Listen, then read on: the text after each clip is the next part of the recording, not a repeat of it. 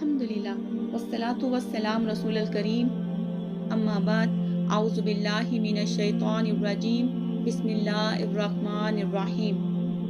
ए अहले किताब, तुम हक को बातिल के साथ क्यों गलत मर्द करते हो और तुम जानते बूझते हक को क्यों छुपाते हो। और अहले किताब में से एक गिरोह ने अपने लोगों से कहा, मुसलमानों को जो चीज़ नाजिल की गई है इस पर तुम सुबह ईमान लाओ और शाम को इसका इनकार कर दो, ताकि वो भी ईमान से फिर जाएं, और तुम इसी का यकीन करो जो तुम्हारे दीन का पैरोकार है।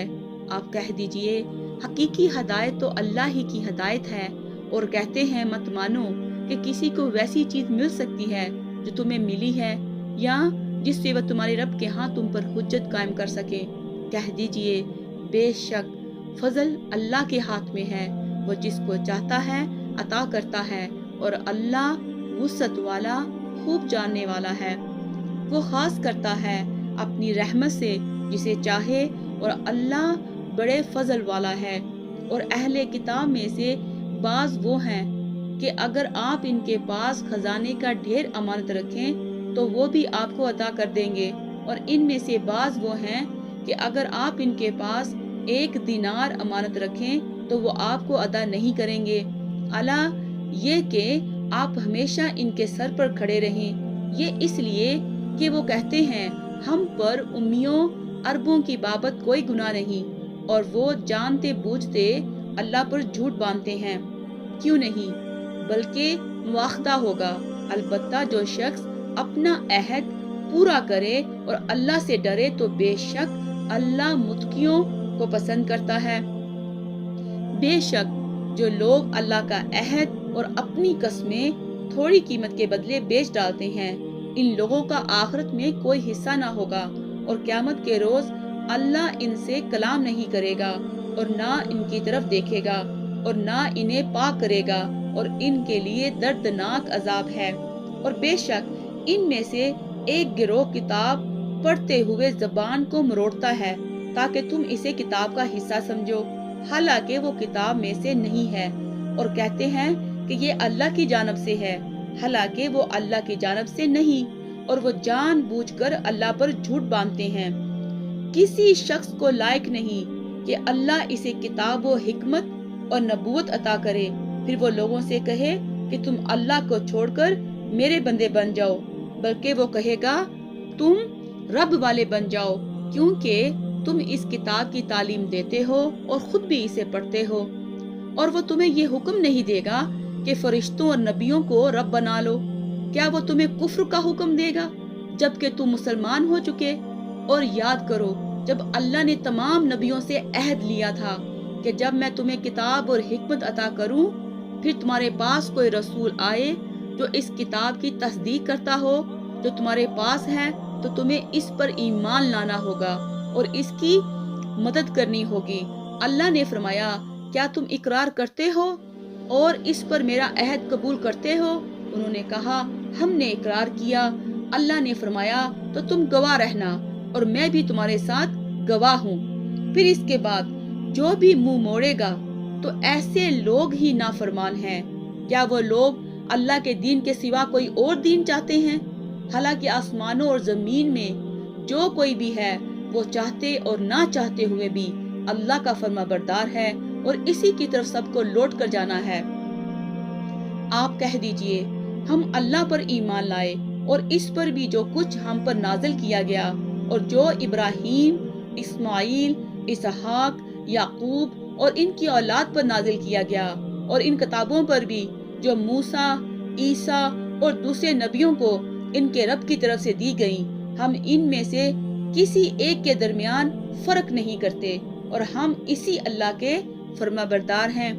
और जो इस्लाम के सिवा कोई और दीन तलाश करेगा तो वो इससे हरगिज कबूल नहीं किया जाएगा, और वो आखिरत में खसारा पाने वालों में से होगा।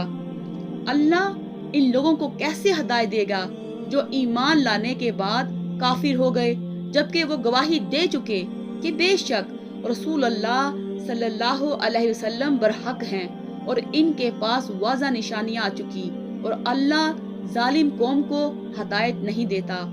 इन लोगों की सजा यही है कि इन पर اللہ کی، فرشتوں کی اور سب لوگوں کی لعنت ہے۔ وہ اس لعنت میں ہمیشہ رہیں گے۔ ان میں سے نہ تو عذاب ہلکا کیا جائے گا اور نہ ان کو مہلت ہی دی جائے گی، مگر جن لوگوں نے اس کے بعد توبہ کر کے اپنی اصلاح کر لی، بے شک اللہ بہت بخشنے والا، نہایت رحم کرنے والا ہے۔ بے شک جن لوگوں نے ایمان لانے کے بعد کفر کیا، پھر وہ کفر میں بڑھتے گئے، ان کی توبہ ہرگز قبول نہیں کی جائے گی اور وہی لوگ گمراہ ہیں۔ آیت نمبر 73۔ قرآن مجید میں، حدیث میں اللہ تعالیٰ کی جن صفات کا ذکر آیا ہے، جیسے منہ، آنکھیں، ہاتھ، پنڈلی، اس کا آسمان دنیا پر نزول اور عرش پر بارجمان ہونا وغیرہ، گویا جو کچھ بھی اللہ تعالیٰ نے اپنے لیے بیان فرمایا ہے اور جو کچھ صحیح احادیث میں ہے، تو اہل سنت کا اس پر اجماع ہے کہ وہ اللہ تعالیٰ کی ان صفات کو بغیر کسی تعویل، تشبیہ، تمثیل اور تعطیل کے ان پر ایمان لاتے ہوئے کہ یہ صفات ایسی ہیں جیسے اللہ تعالیٰ کی ذات اقدس کے لائق ہیں اور یہ کسی مخلوق کی صفات سے مشابہت نہیں رکھتی، جیسا کہ خود اللہ کا حکم ہے کہ قرآن کریم میں فرمایا لیسا کمثلہ شیء، اس جیسی کوئی چیز نہیں۔ اور شورا 11/42 اور سورہ اخلاص میں ہے وَلَمْ يَكُنْ لَهُ كُفُوًا أَحَدٌ، اس کا کوئی ہمسر نہیں۔ آیت نمبر 80۔ یعنی انبیاء علیہ السلام لوگوں کو صرف اللہ کی طرف بلاتے ہیں، اس لیے وہ اپنی شان میں مبالغہ کرنے سے بھی لوگوں کو روکتے ہیں تاکہ لوگ انہیں بھی خدائی صفات کا حامل نہ سمجھ لیں۔